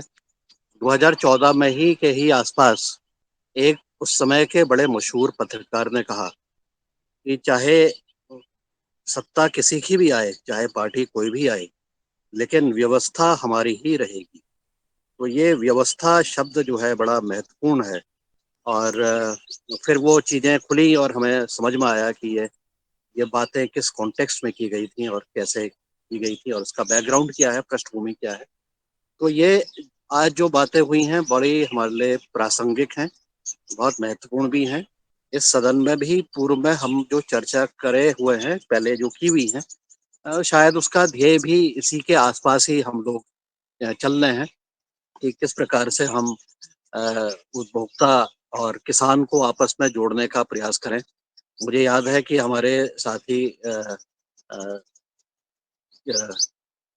इन्होंने कुलदीप पुनियाल जी ने तो 2-3 सेशन भी लिए थे कि हम उपभोक्ता के साथ, उपभोक्ता को क्या करने की ज़रूरत है, किसान को क्या करने की ज़रूरत है, क्या चरण हमें उठाने की ज़रूरत है, कैसे उसको करने की ज़रूरत है। इसके लाइव एग्जाम्पल भी उन्होंने दिए जहाँ पर लोगों ने संगठित होकर के अपने प्रयासों से कई सारे हजारों कई 100 करोड़ का बिजनेस का भी शुरुआत कर ली है। तो कुल मिलाकर के हम जो आत्मनिर्भरता की बात कर रहे हैं और आत्मनिर्भरता के बहुत सारे जो अनुभव हमारे देश में ही प्रचलित हैं, विद्यमान हैं, उससे सीख लेते हुए, उससे और अच्छा करते हुए, अपनी स्थिति में, अपनी परिस्थिति में, अपने ब्लॉक के तहसील गांव की स्थिति के अनुसार जो भी हम कर सकते हैं, वहीं पर योगदान करने की जरूरत है। जैसा कि बहुत सुंदर तरीके से आज बताया भी है, हमें प्रेरित भी किया है। इस सब चीज़ों को करने के लिए मुझे लगता है कि एक लंबे अनुभव की और एक लंबे उससे जुड़े हुए जो कार्य करने की एक भावना होती है या अनुभव होते हैं, उसकी आवश्यकता होती है। अगर कभी समय मिलता है तो आज के हमारे मुख्य अतिथि अपने जीवन के जो अनुभव है, जिन्होंने आपको इस सोच की तरफ प्रेरित किया, तो वो भी अनुभव आने वाले समय पर अगर वो बताएं, बहुत अच्छा रहेगा। क्योंकि उससे हमें पता लगता है कि आपकी विकास इस तरफ की जो यात्रा रही है, वो किस प्रकार से रही है, कैसे आप इधर बढ़े, आपको क्या समस्याएं आई, बाधाएं आई और कैसे इस तरफ बढ़ते हुए इस तरफ काम करने का प्रयास किया है। हमारे इस मंच में भी हम नियमित रूप से कृषकों की जानकारी के आधार पर को उनको जानकारी देते हुए कैसे वो अपने कार्यों को बेहतर कर सकते हैं और कैसे वो अन्य कृषक जो कि उसी गांव के हैं, उसी शहर के हैं, उसी ब्लॉक, तहसील, राज्य के हों और बाहर के भी हों, उनके साथ आपस में उनके साथ संवाद करके अपनी समस्या का समाधान स्वयं और सामूहिक रूप से भी जहाँ तक के संभव हो उसको करने का प्रयास करने की तरफ बढ़ रहे हैं। लेकिन आपका जो अनुभव है कि आप किसान के उत्पादों की गुणवत्ता को भी नियंत्रण करते हैं, तो वो गुणवत्ता का नियंत्रण कैसे होता है, इसके लिए हम क्या तरीका अपनाते हैं। तो क्योंकि जैसा बहुत अच्छी तरह से बताया है कि जैविक उत्पादों के नाम पर बाजार में काफ़ी ज़्यादा, एक तो काफ़ी ज़्यादा भरमार हो गई है उत्पादों की, और दूसरा उसके आड़ में कई सारी जो संस्थाएँ हैं शायद या लोग हैं, उसका नाजायज फ़ायदा भी उठाने का प्रयास करते हैं। तो हम निश्चित रूप से हमारे लिए जो महत्वपूर्ण है वो ये है कि विन विन सिचुएशन हमारे लिए बने, चाहे वो उपभोक्ता हो, चाहे वो किसान हो। और इससे जुड़ा हुआ एक बहुत व्यापक जो चीज है जिसको हम जैविक और प्राकृतिक खेती में कहते हैं, वही है हमारा पर्यावरण। अगर हमारा पर्यावरण, हमारी मिट्टी, हमारा जल, हमारी जमीन और हमारे उसमें रहने वाले जीव जंतु अगर वही सुरक्षित नहीं रहेंगे, अगर वही हमारे जो क्रियाकलाप हैं उसके दुष्परिणाम से उनकी जीवन लीला समाप्त होगी या उनके अंदर विकार होंगे, तो निश्चित है कि वह चीज़ें हमारे अंदर भी आएँगी। क्योंकि हम सब जुड़े हुए हैं, और जितना भी चीज़ें हम प्रकृति पर्यावरण में डाल रहे हैं, वो वापस हमारे अंदर ही आएगा। उसका एक उदाहरण तो आपका माइक्रो प्लास्टिक है, जिसको कि अब काफ़ी जिसके ऊपर चर्चा भी होती है। तो ऐसी ऐसी चीज़ों के ऊपर भी हमें ध्यान देने की ज़रूरत है। केवल मानव रहते हुए हम केवल अपने तक ही सीमित नहीं रहे। हमें एक व्यापक रूप से एक पूरे विश्व को, एक धरती को और धरती के रहने वाले बहुत सारे जो जीवाणु, कीटाणु, प्राणी हैं, उन सबको एक परिवार का हिस्सा मानने की आवश्यकता है। ऐसा मेरा मानना है, क्योंकि इनकी संख्या भी बहुत तेज़ी से घट रही है। बहुत तेज़ी से इनकी जनसंख्या, चाहे वो कीटाणु, जीवाणु हो, चाहे अन्य पक्षी हों, पेड़-पक्षी हों, इस की जनसंख्या भी धीरे-धीरे बढ़ रही है, और कुल मिलाकर के इसका दुष्परिणाम ये है कि हमारा ताना-बाना भी इसकी वजह से खराब होते जा रहा है। और एक समय ऐसा आएगा जब हम नो रिटर्न की इस सिचुएशन में पहुँच जाएँगे, और उसके अलावा आप फिर कुछ भी कर लो, आप वापस नहीं पहुँच सकते अपनी पुरानी स्थिति। तो हमें इस तरफ काम करने की ज़रूरत है। हमारे पूर्व में एक हमारे साथी डॉक्टर सोलंकी आए थे, जिन्होंने क्लाइमेट क्लॉक के बारे में हमें बताया था। तो ऐसे इस मंच पर बहुत सारे हमारे साथी आए हैं। आज का भी हमारा जो उद्बोधन रहा हमारे मुख्य अतिथि का, बहुत अच्छा रहा है, और मुझे लगता है कि अगर संभव हो तो अगर वो कल भी आ सके या आने वाले समय पर उपलब्धता के आधार पर हम इसके बारे में संवाद कर सकें। हमारे जो साथी हैं अपना प्रश्न पूछ सकें और बाकी उसके साथ अच्छी तरह से संवाद कर लें, तो बहुत उचित रहेगा। यही मेरा निवेदन है, और मेरी आशा है कि हम ये जो चीज़ें हम सीख रहे हैं, जो चीज़ें हम समझ में आ रही है, इसका हम अपने साथ में, अपने परिवार में, अपने दोस्तों में, अपने आस-पास ही, अपने आस-पास के क्षेत्र में उसका क्या कहते हैं, उसका पहले तो जागरूकता बढ़ाएँ और उसका फिर उपयोग करें कि हम अपने संसाधन, चाहे हम उगा रहे हैं, चाहे हम कुछ खरीद रहे हैं, चाहे हम बेच रहे हैं, उसका स्थानीय स्तर पर ज़्यादा किस प्रकार से हम उसको वहीं पर कर सकें। और जो स्वदेशी का आपने इसको अर्थ समझाया था, शायद उसका भी ध्येय यही है। तो हम इस तरफ बढ़ने की तरफ, इस तरफ बढ़ने की ये जो प्रयास हैं वो निरंतर जारी रहेंगे। बहुत मुश्किल है, बहुत रास्ता कठिन है, लेकिन असंभव नहीं। हमारे अनुभव के आधार पर आज के इस युग में, जहाँ इंटरनेट और सूचना क्रांति है, उसका भी लाभ लेते हुए हम निश्चित रूप से इस तरफ बढ़ सकते हैं, बढ़ेंगे। और जो लोग अच्छा कर रहे हैं, जो लोग तेज़ी से बढ़ रहे हैं, उनके उनसे सीखते हुए बाकी लोग भी उसको अनुसरण करते हुए अपनी स्थिति के अनुसार आवश्यक बदलाव करते हुए निश्चित रूप से बढ़ने का प्रयास करें। मैं इतना कह कर के आज अपनी वाणी को विराम देता हूँ, क्योंकि बहुत सारे हैंड रेज़्ड हैं और समय भी आज काफ़ी हो गया है। तो हम चर्चा अगर आगे भी जारी रहेगी, बहुत सुंदर है। नमस्कार।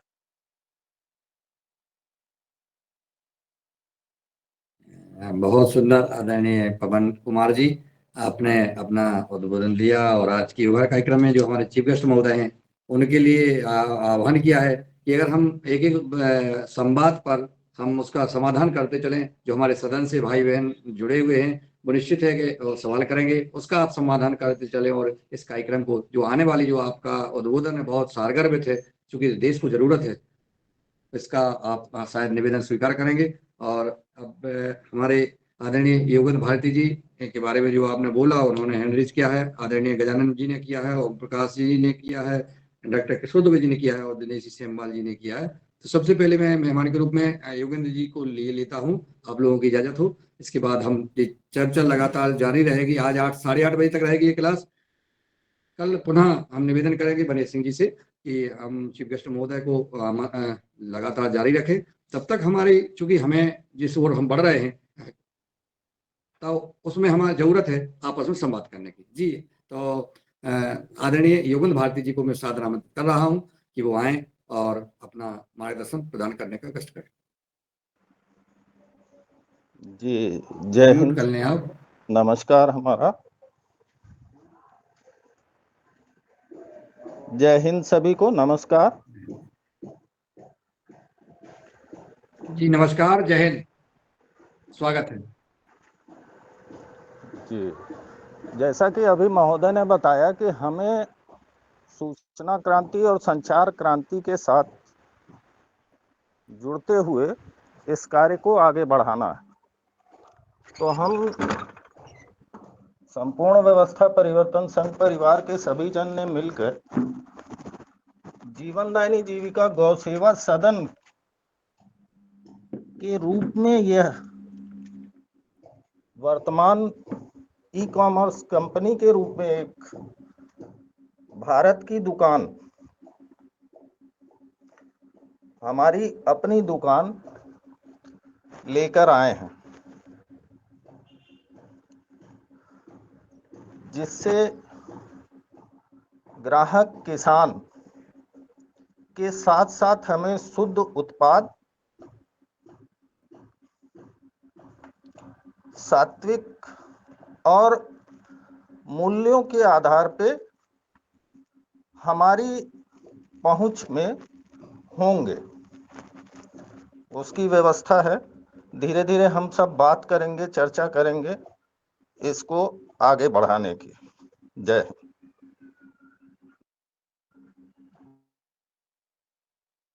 आदरणीय महोदय, आपने अपने कम शब्दों में कहा है आगे इस कार्यक्रम को बढ़ाएंगे, आपका बहुत बहुत साधुवाद। आदरणीय गजानन पवार जी संक्षेप में अपनी बात रखने का कष्ट करें। सदन को प्रणाम। ये अपने आज की मीटिंग में कोई तेलंगाना से वहां से है क्या? तेलंगाना प्रांत से शायद नहीं होगा, तो मैं उधर बल्लार से रहता है, तो तेलंगाना सरकार की एक सिस्टम है, तो वहां पे जो आपने संघ के स्वयंसेवक है या सभी मेरे जो निकटवर्ती है उनसे मैंने एक फोन पे सर्वे किया, तो वहां की गवर्नमेंट काश्तकार किसान को हर साल 10,000 रुपये प्रति एकड़ देती है अनुदान स्वरूप। बाद में वहां पे 7,000 ऐसे सरकारी खरीदी केंद्र है, वहां पे किसान कभी भी अपना खेती का उत्पाद ले जाके एमएसपी पे बेच सकता है। और खेती के लिए बिजली मुफ्त है।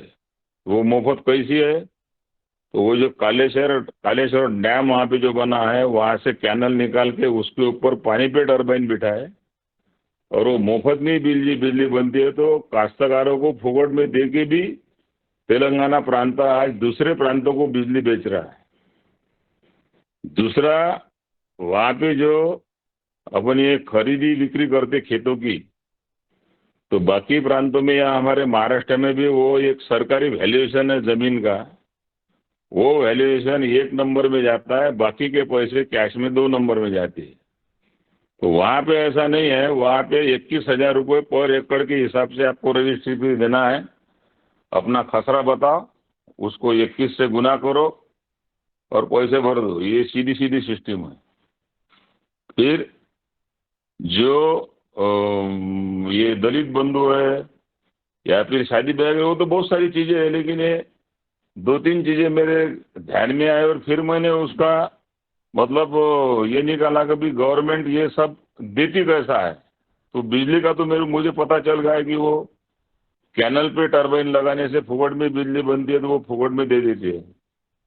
फिर मैंने अपने जो आरएसएस के कुछ स्वयंसेवक थे या कुछ अपने गौ सेवा वाले थे, तो उनको पूछा भाई ये सही में मतलब व्यवस्था है क्या? तो वो बोले हाँ, लेकिन वो बोले एक तरह से लूट रहे और दूसरी तरफ दान कर रहे बोले। तो मैंने बोला कैसा? तो वहां पे शराब के पर 180 ml पर 200 रुपया टैक्स है, तो उससे वो रेवेन्यू जनरेट होता है।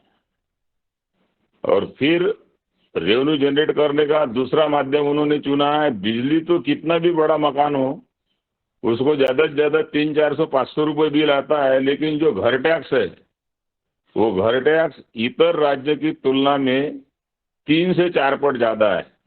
तो उससे होता क्या कि बिजली का बिल बचने की वजह से वो खुशी खुशी से अपना घर का टैक्स भर देता है। फिर जो भी स्थानिक स्वराज्य संस्था है उनको कोई फंडिंग करने की जरूरत रहती नहीं, और जिसके मकान के सामने ये स्थानिक स्वराज्य संस्था के अंतर्गत जो भी रोड, रास्ते, नाली का काम चलता है तो इसके जेब से टैक्स ज्यादा जाने की वजह से वो आंख में तेल डाल के ख्याल रखता है ये पैसे अपने काम में आने को। तो ये व्यवस्था अगर तेलंगाना से अपने कोई जुड़े हो तो इस व्यवस्था का अभ्यास करना चाहिए।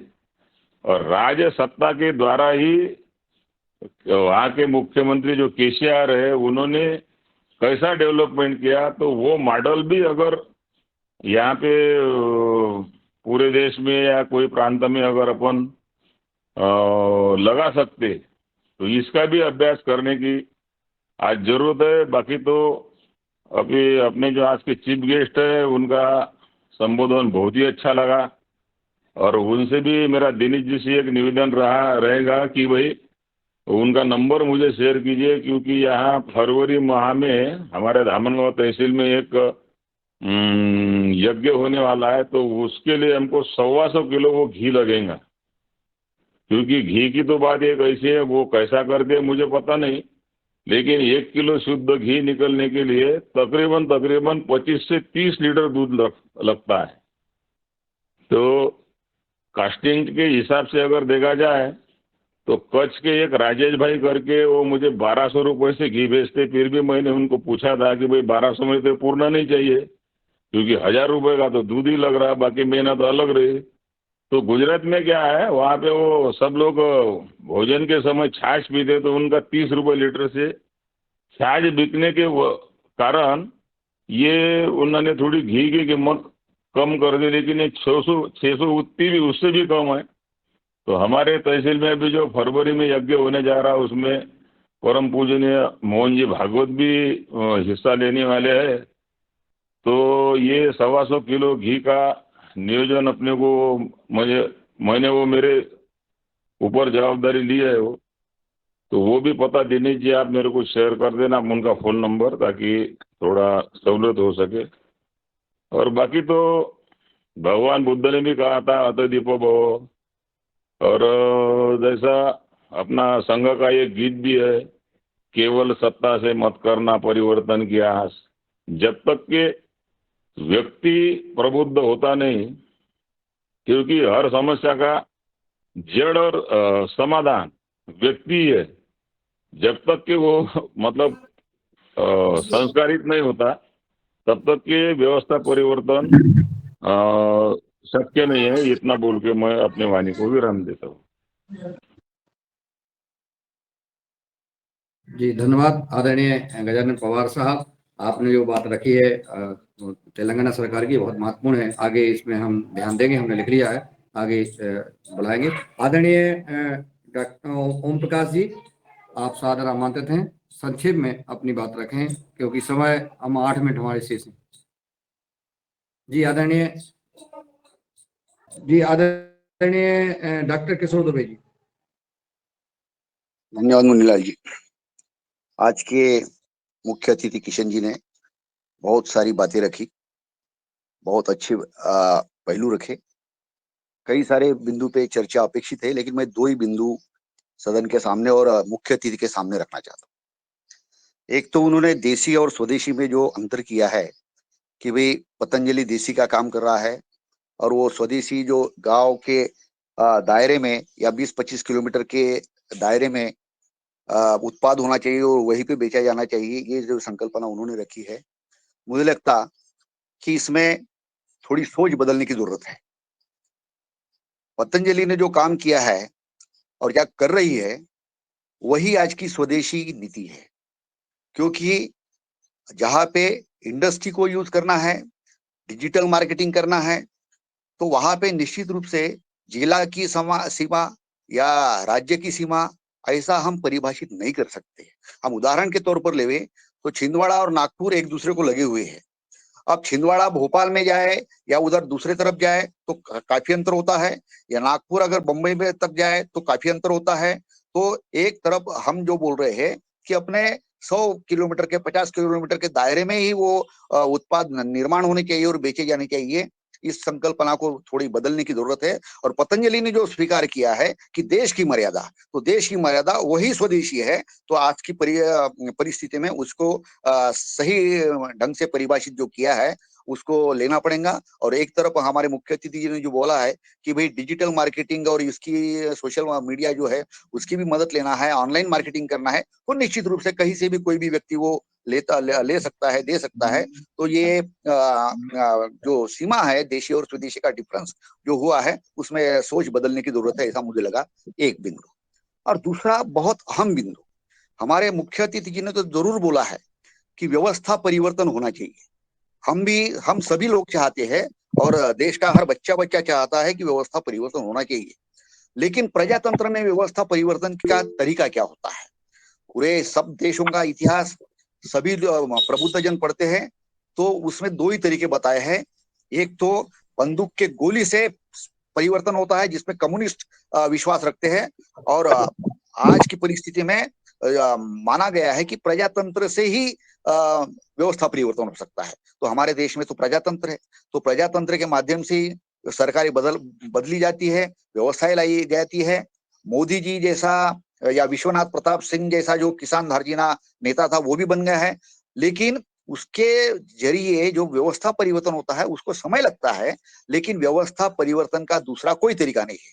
आज के मुख्य अतिथि जी ने भी बोला कि हमारे लोकसभा क्षेत्र से अच्छे अच्छे जो उम्मीदवार है उसको ढूंढना पड़ेगा, चयन करना पड़ेगा, उनको प्रचार प्रसार करना पड़ेगा। लेकिन जो अपने देश में प्रयोग हुए हैं, क्योंकि मैं जयप्रकाश जी के जो संपूर्ण क्रांति आंदोलन है तब से मैं उसके से जुड़ा भी हुआ और उसका अध्ययन भी किया है। तो निश्चित रूप से जो बहुत ईमानदार कार्यकर्ता होता, हमारे वर्धा में भी एक प्रयोग 20-25 साल के पहले किया, सर्वोदय का एक आदमी खड़ा किया था और पूरे देश के ईमानदार सभी नेता उसके प्रचार प्रसार में आए थे। नतीजा ये हुआ कि सर्वोदय के जो आदमी जो खड़ा किया था युवा था और सब था, परिवर्तनवादी था, उसकी जमानत जब्त हो गई है। तो फिलहाल की व्यवस्था ऐसी है कि फिलहाल की व्यवस्था में कोई भी ईमानदार आदमी अपने बलबूते के आधार पे जो ये चुनाव जीत नहीं सकता है।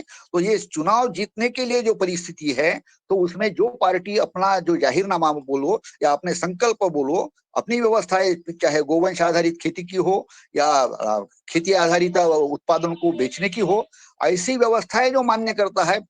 उदाहरण के तौर पर आज अगर समझो कि मोदी जी ने ये मान्यता दी है और जिसके बदौलत मध्य प्रदेश और बाकी जगह पे गोवंश बढ़ाने के लिए जो योजनाएं हुई है, ऐसी व्यवस्थाएं जो सरकार मानती है, ऐसे ही सरकारों को हमको प्रजातंत्र के माध्यम से चुनना पड़ेगा, दूसरा कोई रास्ता नहीं है। तो व्यवस्था परिवर्तन का क्या तरीका हो सकता है, इस पे भी अगर हमारे मुख्य अतिथि जी आज नहीं तो कल या जब भी हो कि उसकी आइडियल व्यवस्था क्या हो सकती है और प्रैक्टिकल व्यवस्था क्या हो सकती है, तो ये उस पर यदि वो अपनी बात रख सकते तो निश्चित रूप से सदन का और हम सभी लोगों का फायदा होगा। धन्यवाद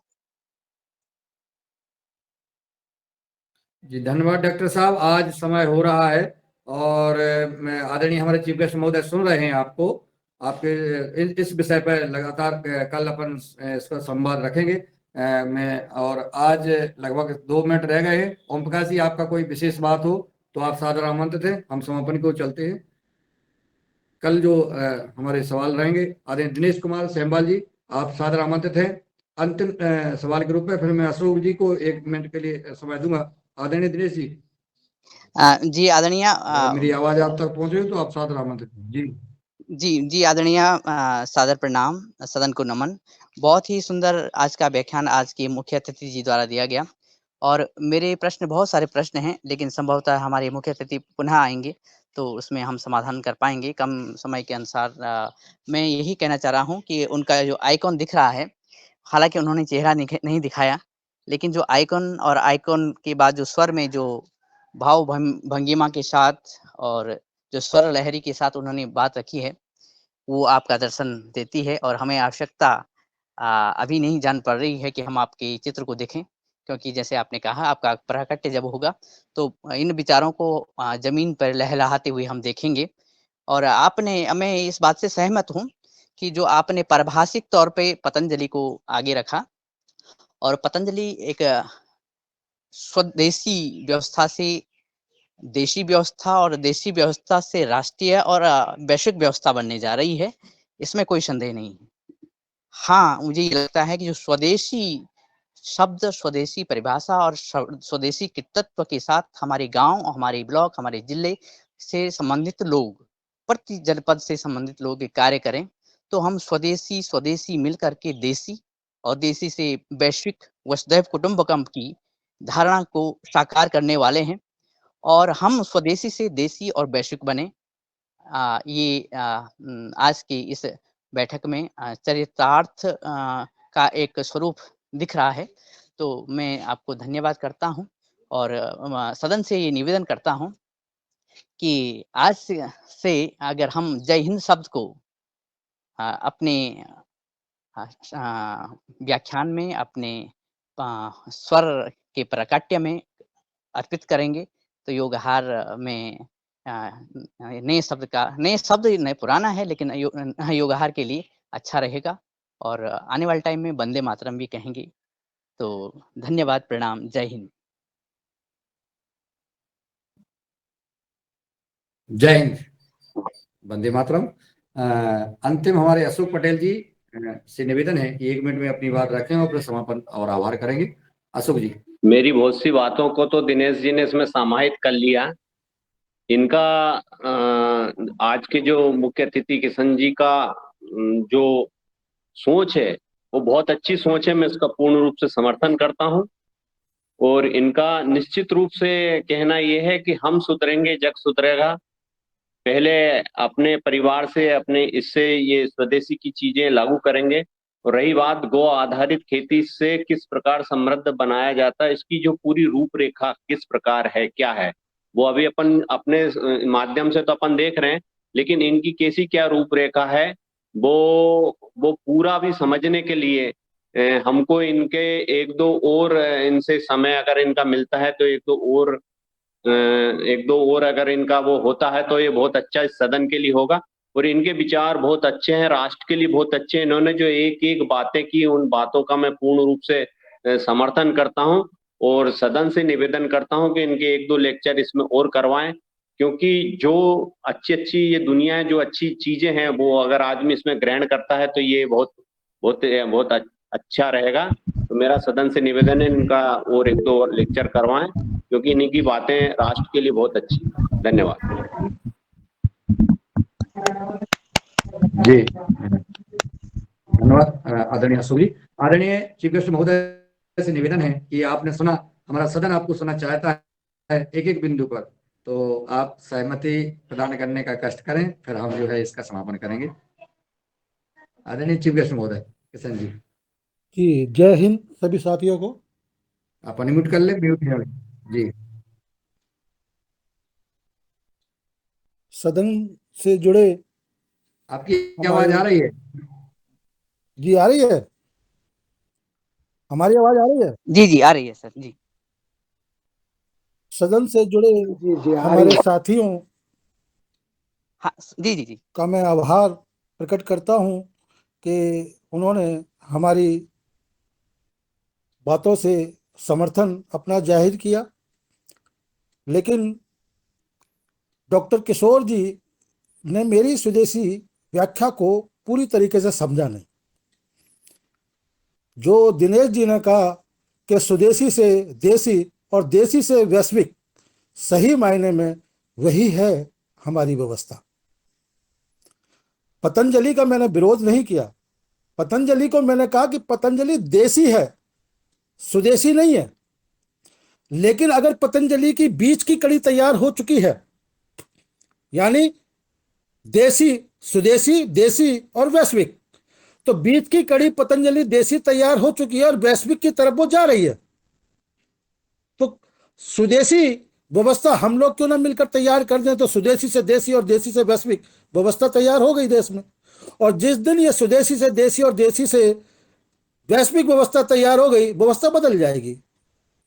दूसरी बात, व्यवस्था परिवर्तन के लिए जैसा कि उन्होंने कहा कि वर्धा से एक ईमानदार व्यक्ति, सच्चे व्यक्ति को खड़ा किया और उसकी जमानत जब्त हो गई, मैं इसका पूर्णतः सहमत हूं, समर्थन करता हूं, क्योंकि वर्तमान व्यवस्था ऐसी है कि इसमें बाहुबली, दबंगई, पैसे वाला और भ्रष्ट जितना होगा उसके जीतने के आसार उतने ज्यादा होंगे। अब विषय बहुत लंबा है, बहुत गंभीर है और ये पब्लिकली बोला भी नहीं जा सकता, इसलिए इशारे में आप समझ जाइए, मैंने 70% बोला व्यवस्था में भ्रष्ट लोग हैं, लेकिन 30% मैंने अच्छे लोगों को भी बोला और उनकी मजबूरी भी बताई कि उन 30% लोगों को उन 70% लोगों के आगे ना चाहते हुए भी बात को मानना पड़ता है। क्यों? नहीं तो हमारे देश में एक वोट से अच्छी सरकार गिर जाती है। तो अब रहा सवाल मेरे अगले व्याख्यान का, तो मैं आभारी हूं आप सबका। आप जो समय मुझे देंगे, मैं देखकर उस दिन जो विषय आप मुझे देंगे, क्योंकि मैंने पहले ही कहा कि आर्थिक, सामाजिक और राजनीतिक तीनों व्यवस्थाओं को बदलना जरूरी है। इन तीनों व्यवस्थाओं पर आप लोगों के जो भी सवाल होंगे उनके जवाब संतुष्टि पूर्वक देने की मैं कोशिश करूंगा, और अगर आप लोग उस रास्ते पर चलना चाहेंगे तो वैसी व्यवस्था भी बनाकर आप लोग देंगे, मैं नहीं दूंगा। क्यों? कि हम अपने नेता के ऊपर जो निर्भर हो जाते हैं, डिपेंड हो जाते हैं, सब कुछ अपने एक नेता पर छोड़ देते हैं, वो सबसे बड़ी भूल है, वो हमारी सबसे बड़ी गलती है। हमें देश के प्रति अपने कर्तव्यों को भी समझना होगा। हमें देश ने क्या दिया ये नहीं सोचना, हमने देश को क्या दिया ये सोचना है। तो देश का प्रत्येक नागरिक अगर देश के प्रति, जैसे वो अपने परिवार के प्रति अपना कर्तव्य सब कुछ करना समझता है, तो मेरा यही कहना है, अपनी वाणी को मैं विराम दूंगा कि देश का प्रत्येक व्यक्ति ये सोचे कि उसका देश के प्रति भी कुछ कर्तव्य है जो उसे देना है देश को। जय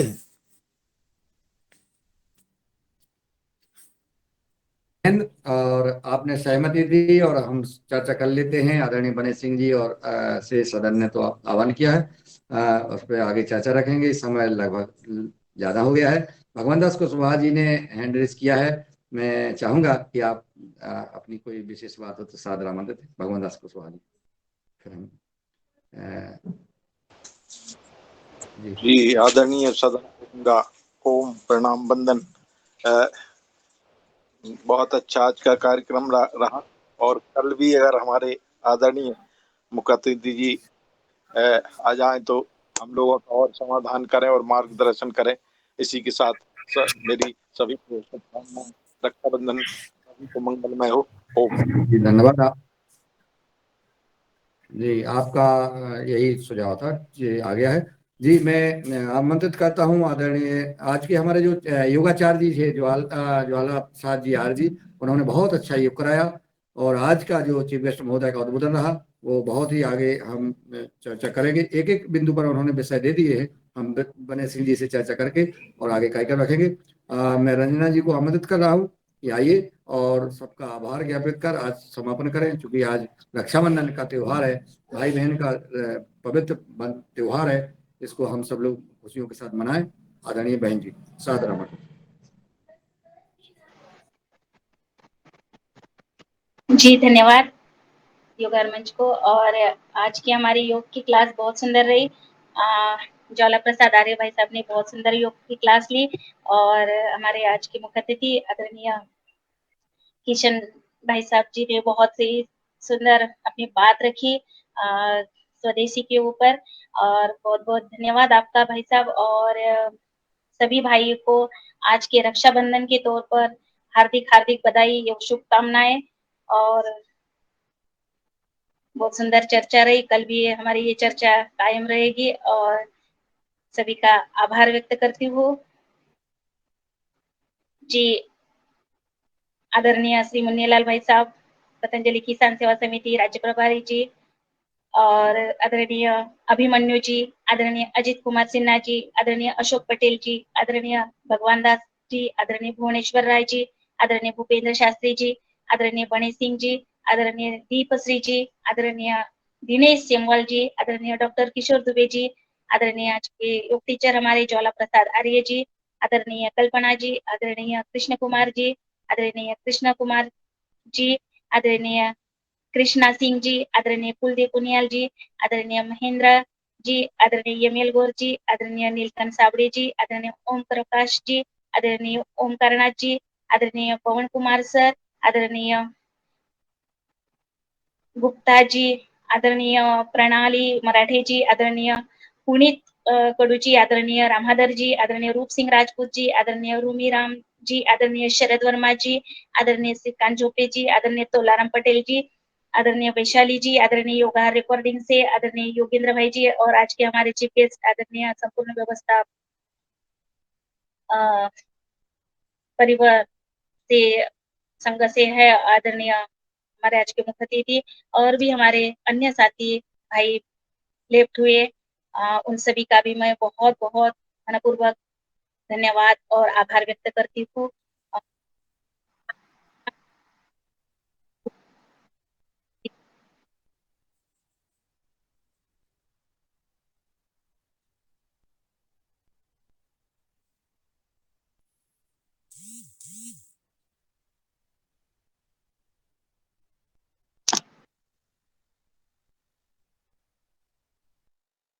कौन जी? जय हिंद जय भारत। ओम सर, सभी को ओम, जय गुरु, धन्यवाद सर। जय हिंद जय भारत। जय हिंद सर। ओम जय सभी को हिंद। सादर प्रणाम। नाही बस झालं, सगळे ते प्लॅन आहे ते। ओम सभी को प्रणाम। जय हिंद जय भारत।